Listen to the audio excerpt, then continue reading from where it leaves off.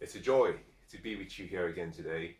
It's Mensah Oteh, and in the next few minutes, I want to talk to you about two words that can literally change your financial destiny. Now, that is not a very carelessly chosen statement. I mean it, and in the next few minutes, you understand why I say that. Now, you might be familiar with the term net worth. That's one of the things I'm going to be talking about today, your net worth. But in addition to that, I'm going to be sharing and explaining a new word, a word that is not very familiar to many people, but a word that the wealthy and the rich understand and they live by. That word is called your wealth worth. The slight difference between both in terms of the pronunciation and the spelling has to do with net versus wealth.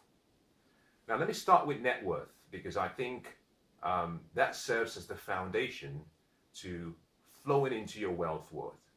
To get to your wealth worth, you must have an idea about what your net worth is. Now your net worth is what your value is in monetary terms, in economical terms. I know we all have a value that are sometimes not tangible, but in terms of calculating your worth in monetary value, your net worth is used. Now your net worth is simply taking all of your assets, taking all of what you own, converting that into a monetary value. And then from that monetary value, you deduct all of your expenses and all of your liabilities from that asset value, and you get what we call your net worth. And make it more practical. Let's assume that you have just two assets in your life, just two. To make it simple, you only have two assets. Let's assume that one of the assets is your home. We'll also assume that your home was paid for, and perhaps you paid £2,000 to purchase your home, just as an example. Now, from the £2,000 you purchased the home with, the balance of what was needed as a down payment to purchase the home was obtained from a bank. Now, we'll assume that balance is £8. So £2,000 of your money combined with £8,000 from the bank together made £10,000, and with that £10,000 you purchased the home. Now let's assume that time has gone past and it's perhaps been a few years, and the value of the house has increased. The appreciation on the house has increased, and now the house you paid for £10,000 is now worth, let's assume, £15,000. Now, to calculate your investment in the property, to calculate your net worth, what you have to do is you have to discount your liabilities and your expenses from your equity in the property. Now, because it's a real estate investment or property investment, the appreciation is yours alone to keep. The bank doesn't get involved and it's not party to that appreciation. All you pay the bank is the terms of the arrangement of the mortgage, because they've taken the risk. Now, if you have a property now that is worth £15,000 and you originally borrowed £8,000, the difference between £8,000 and £15,000 is £7,000. So your net worth, if that property was converted back to money, if it was sold, you have £7,000 in your net worth. And let's also take another example and say you also have another piece of assets. This time around, let's assume that it's simply stocks in the stock market. And that you have, in this case, let's assume you have £3,000 in the stock market. Now, let's assume that you will choose to sell all of your stock. And after discounting all of the costs for fees, that the £3,000 you have drops down to perhaps 2,500 that is paid to you in cash. Now, £2,500, when you add it to £7,000, gives you £9,500. That means that your net worth is £9,500. Very clean, very clear. Interestingly, your net worth effectively identifies your value using money as a currency. What it doesn't do, however, is it doesn't identify how you're able to survive on a daily basis. Now, this is where we go into what we call the wealth worth. Your net worth identifies, from the bank's perspective, if you look at the Forbes list, if you look at the Forbes 2017 billionaire list, you see roughly about 2,000 people who are on that list who are now billionaires worldwide. And what they have and what Forbes will do is compile from various sources the total assets they have, in many cases less their liabilities, and they get their net worth. And that net worth is what they use to form the basis of ranking on the Forbes list. That's great. In many cases, however, just like I used the example of a house, very few people are willing to sell their homes or sell their investments, whether that be stocks, whether that be bonds, whether that be commodities, whether that be gold or silver, or perhaps property, real estate. That simply means that net worth that cannot be converted to cash flow is almost useless. So yes, it's important to know what your net worth is.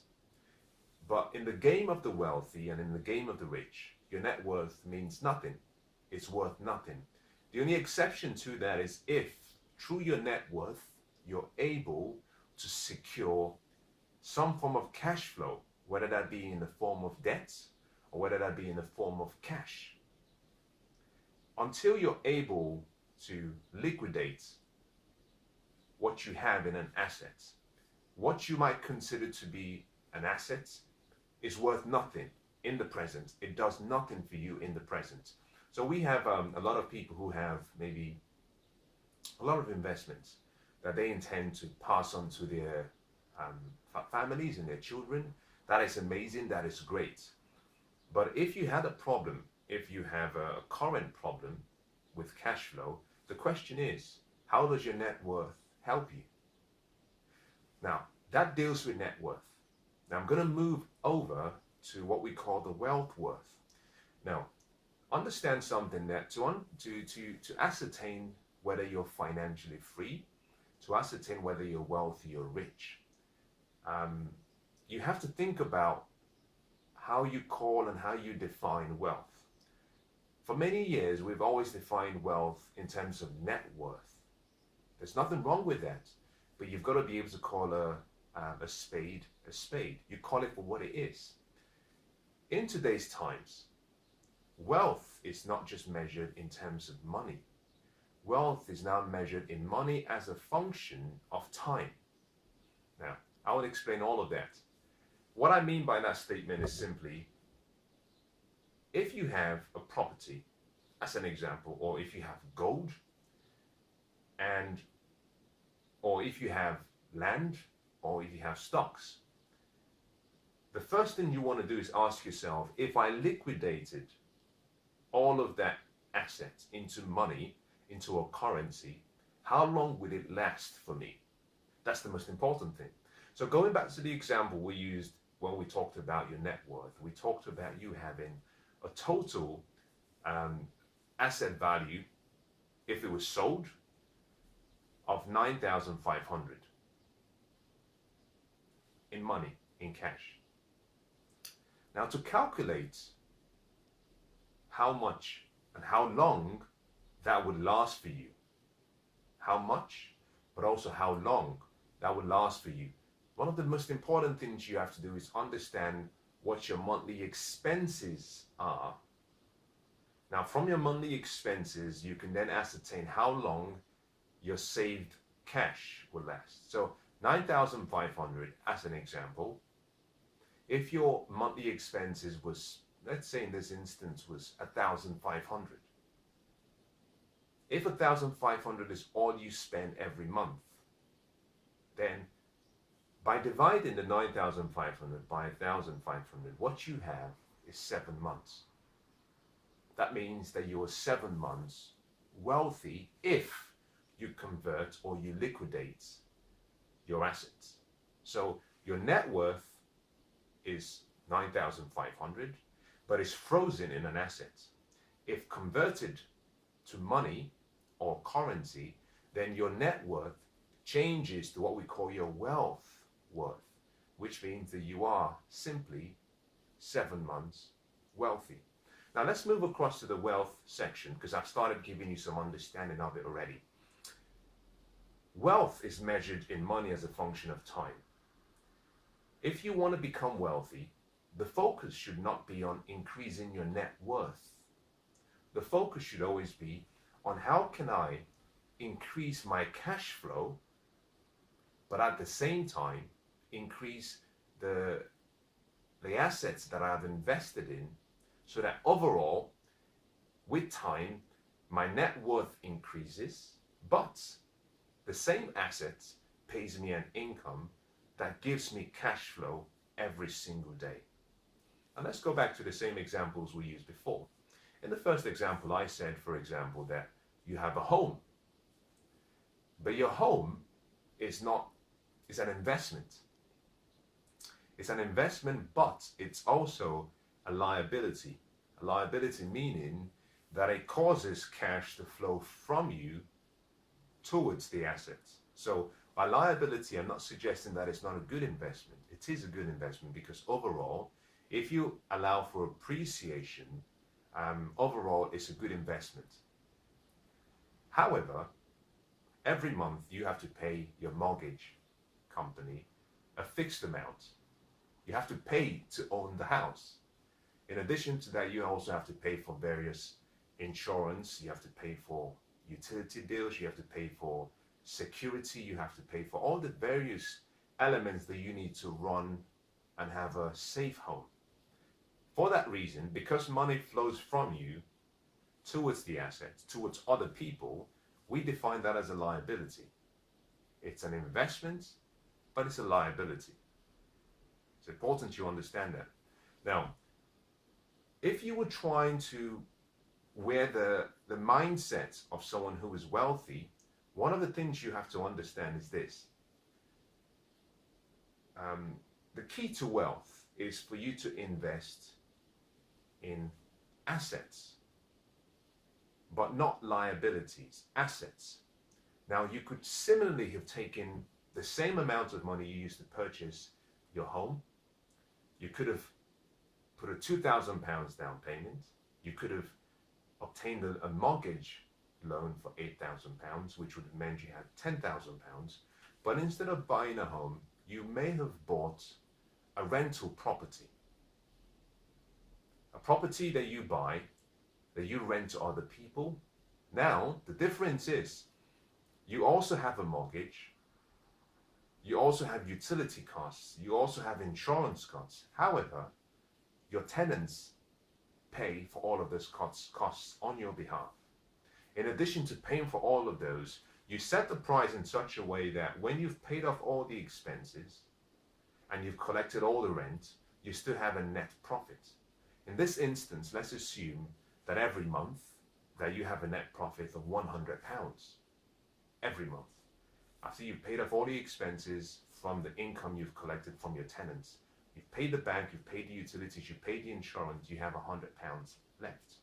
Let's also assume that during the period that the value of the house also increased, similar to your home, by £5,000. Now, to calculate your wealth worth, this is what we do.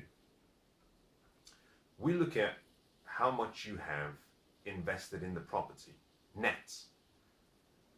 In this case, you might say, I have £15,000 worth of value in this property, but I borrowed £8,000. So I have £7,000. Just like my net worth assessment, I have £7,000 in the property. For calculating your wealth worth, we don't use your net worth balance. Your net worth is not used. It's only calculated to understand what you have, but you discount it. What you do, however, is you ask yourself the question, when I've paid off all of my expenses and I've paid off all of the utility costs, what is my net income? In this case, your net income is £100. So your wealth worth is £100. That is calculated by subtracting your expenses and any costs from the income you're getting from the investments. In your case, it's £100. Now, assuming that your tenants and that flat or that property, the block of apartments continue to rent every single month, every single year, what that means is that every month you have an income. The income will come whether you work or you don't. The income will come automatically, and the income is actually indexed for inflation. So your £100 is guaranteed. This means that you have an income for life. In this instance, in measuring how wealthy you are, what we say is that you have an infinite level of return on your investment if, think about this now, if you withdraw back your original investment. Now let me explain what that means. Remember that you invested £2,000, you got a loan for £8,000, you're now renting the property, you're making £100 income a month. If you were to go back to the mortgage company and you said, I want to refinance, the value of the property has gone up from £10,000 to 15. And normally they would allow you to borrow a portion of the increase in value. Some cases might go up to about 75% of the increase in value. So in this case, you might say it's increased by £5,000 and they will allow me to take 75% of £5,000 and they'll refinance it, which means they would allow you to take back £3,500 if you wanted to. Now you might decide, okay, I think I like that, but I don't want to take all of it. I'm simply going to take back my original investment. I put in £2,000. The bank is allowing me to take £3,500. I can take all of it, or I can take just £2,000. Now what the wealthy do is they always take the maximum amount. In most cases, not always. I shouldn't have said always. In most cases, they do. And I'll explain why. So you take back 3,500, which means that you've gained back the original 2,000 you had put into the investment. Think about this. This means now that when they have refinanced and recalculated what you have to pay every month for your mortgage, that will increase. However, we will assume that even after paying your expenses and paying off the mortgage, from the income you're generating, we'll assume that you still have a net profit. In this case, we might assume that your net profit is £20, so it's reduced from £100 down to £20. Now for this recalculated, refinanced agreement, what you have is a property where the value of the property has increased to £15,000. You've refinanced it. You've pulled out £3,500 from the property. The bank still owes, or rather still owns, a great portion of it because you're really now dealing with debts. Remember in the original example I gave, what I said was £10,000 you invested, £8,000 of which was the bank's. The value of the property has gone up by £5,000, which is yours. So by pulling out all of the equity you had in the investment originally, you have no more equities in that investment. You have £3,500 cash. You're still making a £20 return. This means that with the exception of any catastrophic issue that happens, you have an income that will continue to flow. That's what we call wealth, because you have a continuous income. In this case, what we'll say is that your wealth is infinite. because you have no investment in it, but it's paying you an income.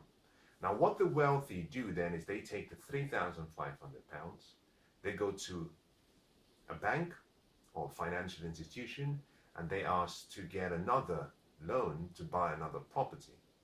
What they've simply done is pulled out their original equity from the first investment, they put in another investment, they get a loan from the bank. In this case, the bank might actually say, well, we want to loan you up to £14,000 this time around. With the £3,000, the £500 you have, and the £14,000 we will loan you, you can afford to buy a property worth £17,500. Very simple. And then you go through the same process again. So your net worth is different from your wealth worth. It's important you understand. Your net worth is different from your wealth worth. Your net worth will measure what your worth is in monetary terms based on what we call frozen assets. If they're liquidated, that gives you a monetary value. Your wealth worth, on the other hand, is based on the amount of cash flow you're getting from your investment assets. That's a function of time. In this case, what we've established from the example I've given is that your return on your investment is infinite, because every month you get an income, but you have zero investment in the assets. Well, now you understand the difference between your net worth and your wealth worth. You can make a decision on which path to follow. My recommendation is this. If you want to be wealthy, your focus should always be on cash flow. Cash flow is one of the most important words. Reason being that cash is king. It's not about having equity frozen in an investment. The problem with that is the investment is based on a future event.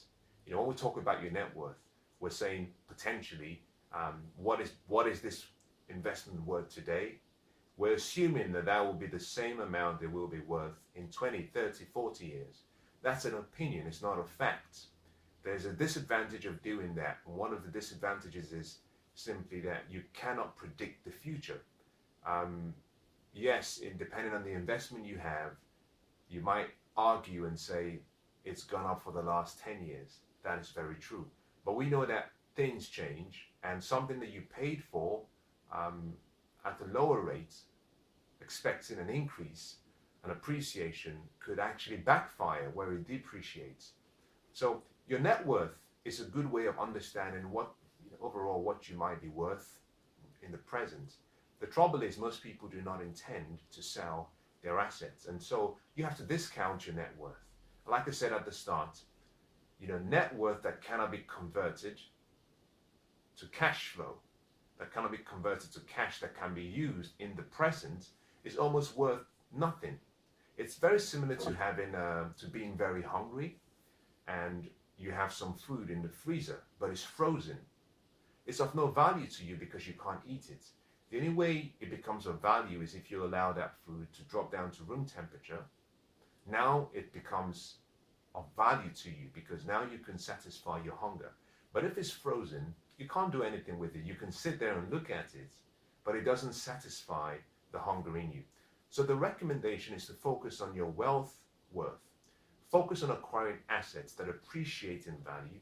However, you want to focus also on assets that pay you an income every month.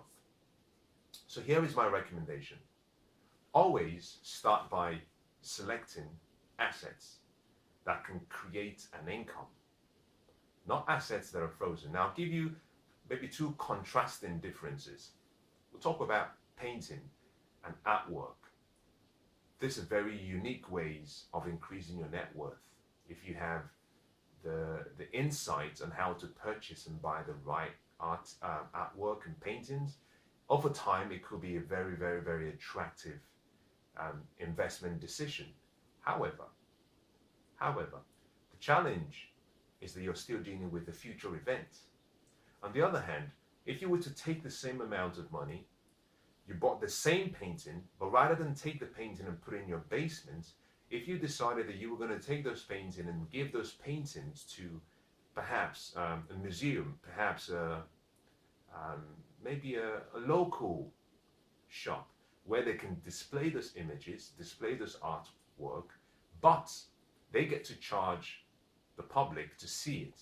and they can now pay you a royalty every single month. Maybe they pay you an income. That becomes more attractive. It's the same piece of investments. One of them doesn't offer you payments in terms of income, but the second does. So the best thing you can do for yourself if you want to become wealthy is focus on cash flow. Focus on cash flow. You want to get yourself to the point where all of your investments can generate an income. You don't want your investments sitting there as a sitting duck doing nothing. It could be appreciating in value, but what about now? You've got to live in the present, because now you're dealing with facts. If you can get income from your investments, then you can increase your wealth worth. At the same time, automatically you could potentially, depending on the asset you buy, you could also increase your net worth. God bless.